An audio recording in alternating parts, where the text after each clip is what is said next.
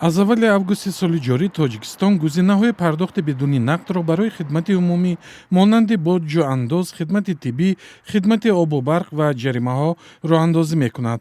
Амалиётро метавон бо истифода аз кортҳои бонкӣ ё ҳамёни мобилӣ анҷом дод.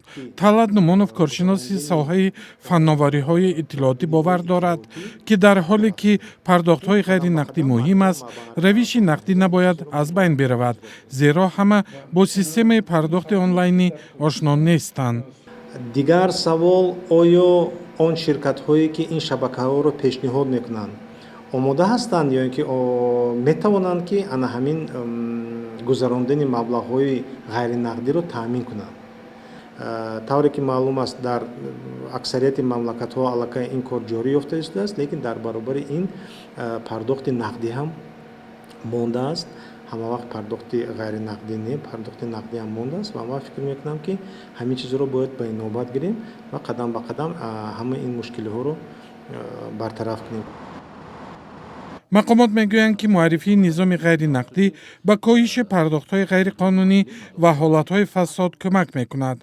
Фирӯз Намакшинос, коршиноси дигари тоҷик, пешниҳод мекунад, ки фароҳам овардани имконият барои ин ҳадафҳо муҳим аст. наметавонам бигӯям, ки ин кор осон хоҳад буд. барои он насле, ки дар хона фарзандону набираҳояшон ҳамроҳ нестанд, дар оғоз ин кори хеле мушкил мешавад. онҳо ҳамчунон барои пардохтҳо пушти дари амонатбонк мераванд, зеро барои анҷоми пардохтҳои электронӣ аз донишҳои зарурӣ бархурдор нестанд.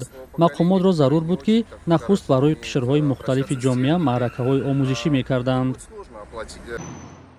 назари сокинон ҳам дар бораи ҷоришавии пардохти ғайринақдии хадамоти давлатӣ яксон нест. аз чашмам нобино анин чизҳо ман маъқул нест, барое ки ман рақамҳои дида чӣ карда наметавонам, ман ба мушкил ҳаст. ин хеле гирет қулай нас хона шишта ҳамин ғайринақлия вай мекуне коммуналӣ, ин хуб аст. беҳад қулай, барои ман қулай, барои дигаро намедонам. вале масалан пиронсоло чӣ кор кунанд? хай пиронсоло ба ёшо ёрдам кунад, ҳамин хел кунанд ки шарт не ҳамон пиронсол ҳамон кора кунад. бачааш ҳаст, номи бачааш кунад. баъд ҳаминаш беҳтар мешавад ки дар ҳамаи ҷойҳое ки мисол мо дар он ҷо бояд ки пардохт кунем, чизҳои электроние дошта бошанд ки корти моро қабул кунад. ба андешаи ман бисёр фоиданок аст, бисёр хуб аст, лекин мушкилӣ ҳам дорад. мушкили он дар он аст ки мо бояд ки ба ҳамон вазъият, ба ҳамон барнома, ба ҳамон сурате ки бояд ки мо пардохт кунем, бояд ёд гирем, фаҳмем, дарк кунем ва дар дили худ аллакай онро санҷем ки он ба фоидаи мо аст.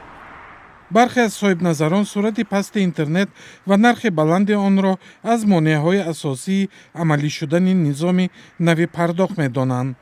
аммо Муҳаммадӣ Ибодуллоев, мудири сандуқи ҷамъиятии ташаббуси шаҳрвандии сиёсати интернет, мегӯяд, ки барои истифода аз низоми пардохтҳои ғайридавлатӣ ҳаҷми зиёд ва сурати баланди интернет зарур нест, зеро барои ин низоми пардохтҳо вуҷуди миқдори андаки интернети ба истилоҳ дохилӣ кифоят мекунад.